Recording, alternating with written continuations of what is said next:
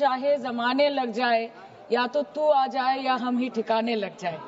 तो सर, ये शेर मुझे अच्छे दिन की याद दिलाता है, वो दिन। सुश्री सयोनी घोष। धन्यवाद अध्यक्ष महोदय, आपने मुझे बोलने का मौका दिया। आज बहुत शेर बोले जा रहे थे सदन में, तो मैं भी एक शेर से शुरू करना चाहती हूँ कि तेरा इंतजार करेंगे हम, चाहे जमाने लग जाए, या तो तू आ जाए या हम ही ठिकाने लग जाए।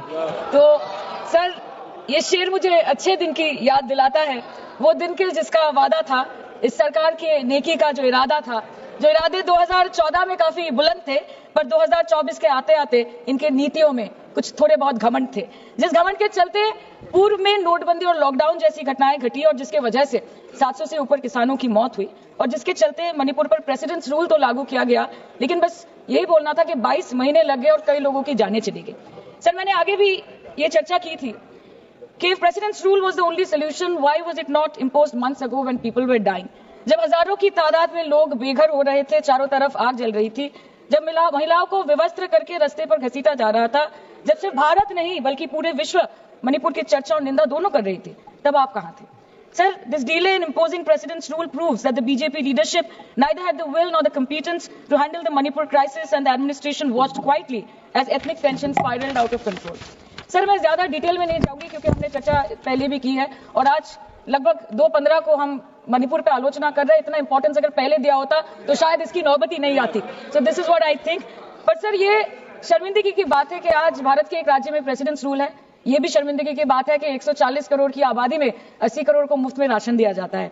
आज सर, लाखों नौजवान हैं जो बेकार बैठे हैं। 1 से 2% ऐसे लोग हैं जो सिर्फ टैक्स पेएबल के क्राइटेरिया में आते हैं, और बीजेपी है जो सब चंगासी का कुर्ता पजामा पहन के घूमते रहते हैं। ये दिखाने के लिए अच्छी बात है, लेकिन ग्राउंड रियलिटी कुछ अलग ही है सर 2023 में टॉप 10 वीपीएनआर के रिपोर्ट के अनुसार मणिपुर में 212 दिन से ऊपर इंटरनेट शटडाउन किया गया था, a total of 5088 hours, marking it the second highest after Jammu and Kashmir. This led to huge economic loss in Manipur, approximately 3,157 crore.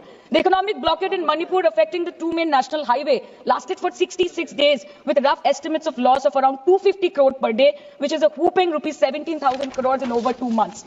Over 67,000 people were forced to leave their homes and cramped up in only 360 relief camps. Nearly 12,000 people fled to Mizoram. Approximately 7,000 people sought refuge in Nagaland, Assam and Meghalaya. Over 1,700 people taken refuge in Kachhar district as of June 2024. और ये सब तो sir registered official figures है, न जाने unregistered official और कितने बेघर लोग होंगे जो दूसरों के घर में रह रहे हैं, शायद दूसरे राज्य में रह रहे हैं, दूसरे देशों में रह रहे हैं। ये इसीलिए हुआ है सर क्योंकि मणिपुर की सरकार, डबल इंजन सरकार ने, उनकी मंशा ये नहीं थी कि वहां के लोगों को शुरू से प्रोटेक्शन दिया जाए, कि उनको शुरू से रिलीफ दिया जाए। अगर वही होता तो 22 महीनों से इन्होंने मणिपुर को जलने ना दिया होता। सर, मैं 2 मिनट में खत्म करूंगी। You want to move the resolution, of course we have to be with that. लेकिन 1 अप्रैल 2025, मतलब एक दिन पहले से, मिनिस्ट्री ऑफ होम अफेयर्स ने armed forces special powers act को 6 महीनों का एक्सटेंशन देके मणिपुर, अरुणाचल प्रदेश और नागालैंड में इफेक्टिव कर दिया है। इससे समझ आता है that law and order in Manipur has seriously deteriorated. आज भी वीरेंद्र सिंह जी बीजेपी वाले बोल रहे थे कि 1960 से हजारों रिफ्यूजीज मणिपुर में घुस के बैठे हैं, 2001 का सेंसस रिव्यू करना है और डिलिमिटेशन से पहले एनआरसी लाना है। मतलब आपको कुछ सुधारना नहीं है, आपको बस और बिगाड़ना है। जिस तरह असम में एनआरसी के नाम पे इस सरकार ने 1500 करोड़ से ऊपर फूंक दिया और करीबन 19 लाख लोगों को अस्तित्व संकट में डाल दिया, अब वही हरकत दोबारा दोहराना चाहते हैं मणिपुर के लोगों के साथ। अध्यक्ष महोदय, मैं अंत में बस इतना कहना चाहती हूँ मणिपुर के भाई और बहनों की तरफ से कि जिंदगी यूं भी गुजारी जा रही है जैसे कोई जंग हारी जा रही है। जिस जगह पहले के जख्मों के निशान हैं, फिर वहीं पर चोट मारी जा रही है, फिर वहीं पर चोट मारी जा रही है।